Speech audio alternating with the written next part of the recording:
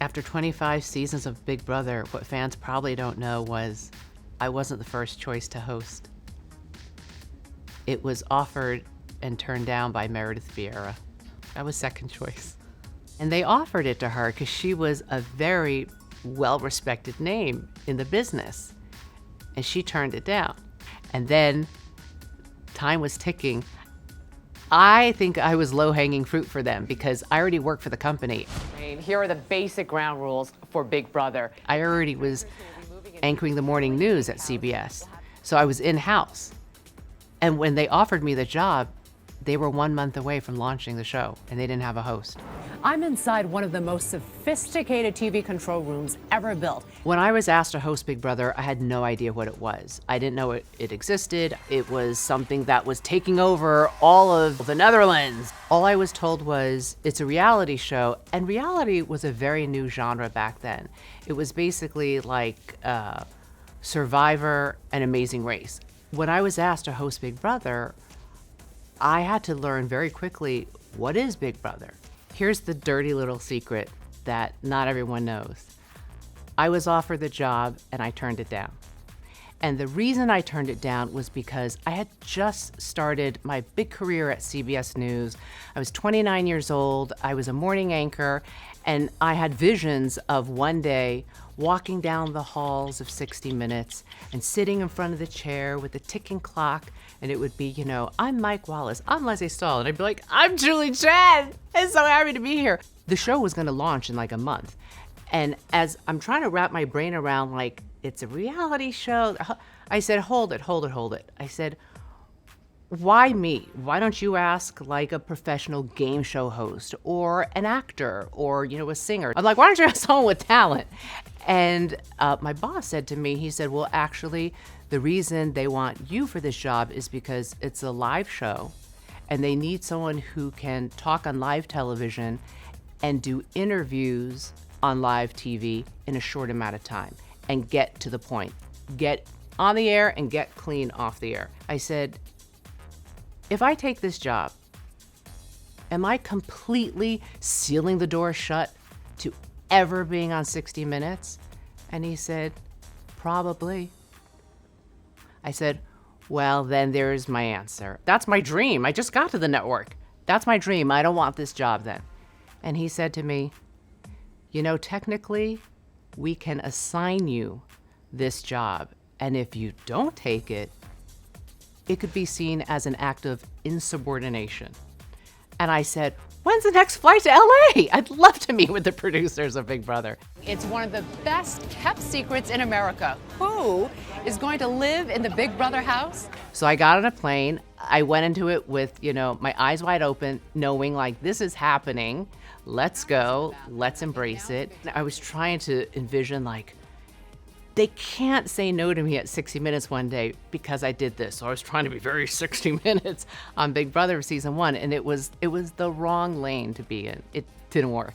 You made it clear when you first came in that you were here to win.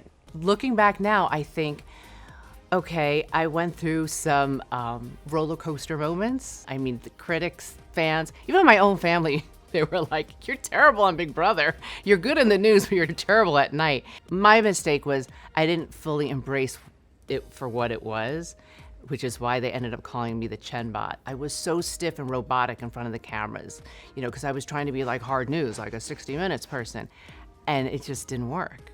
But you live and you learn.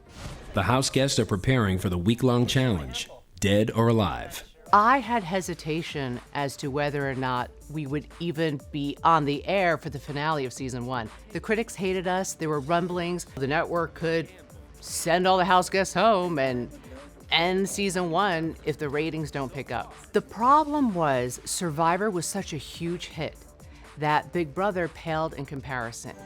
The tribe has spoken. And after a huge premiere, when people saw it wasn't quite Survivor, we saw the numbers kind of slipping from week to week. And then suddenly I'm hearing, you know, if things don't get better, maybe they'll end the season early. But I think the saving grace, in part, was not only the diehard fans who kept watching, but the live feeds. Because if you go back to the year 2000, AOL was the thing, and it was another revenue stream. So yeah, maybe the ratings weren't great, but people were paying money to watch the house guests live in the house. I want to say it was like a monthly fee. It was something like $9.99 for just July. But that was another way to make money off of Big Brother, so it didn't get canceled. That one's on us. Well, it's not. That one's on us. I think that one's on me, and then that one's on you. On paper, Big Brother sounded like it was going to be an overnight success. Took us a few seasons to call it a success. It was not overnight. We had to go back in the oven and cook a little longer. The house itself, the first year, was like this, low budget plywood house. People said it looked like, the sale stuff from IKEA. It probably was. The lighting was very fluorescent-y. It wasn't very glamorous, but it worked and it was fun. By season 2, we started to get more sexy with how the house looks. And each season, we've just cranked it up to be more luxurious, more, whimsical. Like, we're having fun with it. Brett has bonded with Haley, but level 6 has made her their target this week. I had no idea how this concept of you could be a voyeur at your computer at work. You want to take a coffee break? Let me click onto the live feeds. It was so crazy for me to think like, oh yeah, I could see at times, certain hours of the day, this might be very popular, especially if there are 2 house guests, starting up a showmance or what have you. But the most fascinating thing was that we found people would stare for hours watching a house guest eat a bowl of cereal in the middle of the night, just ruminating over what they did wrong or right. I myself have been guilty of turning on the feeds. They won't be saying a word and someone's washing dishes, and I'm just glued. It's a very strange thing to explain, and you don't quite get it until you are a voyeur. I love watching the house guests do their nightly ritual. What serum is she using? Did she put on sunblock? Oh, he wears chapstick before he goes to bed? Huh, what brand is that? I could watch these house guests for hours, and they don't even have to be talking. My goal is to spread the love. Like I say at the end of Big Brother, Love one another. those are just words. Now, how do we put it into action? How do I put it into action? Well, all of us, as we walk through life, we have our little sphere of people, whether it's our family, coworkers, friends, schoolmates, whatever it is. We're at a time right now in this country where people are just so ready to spew hate and be divisive and not be tolerant.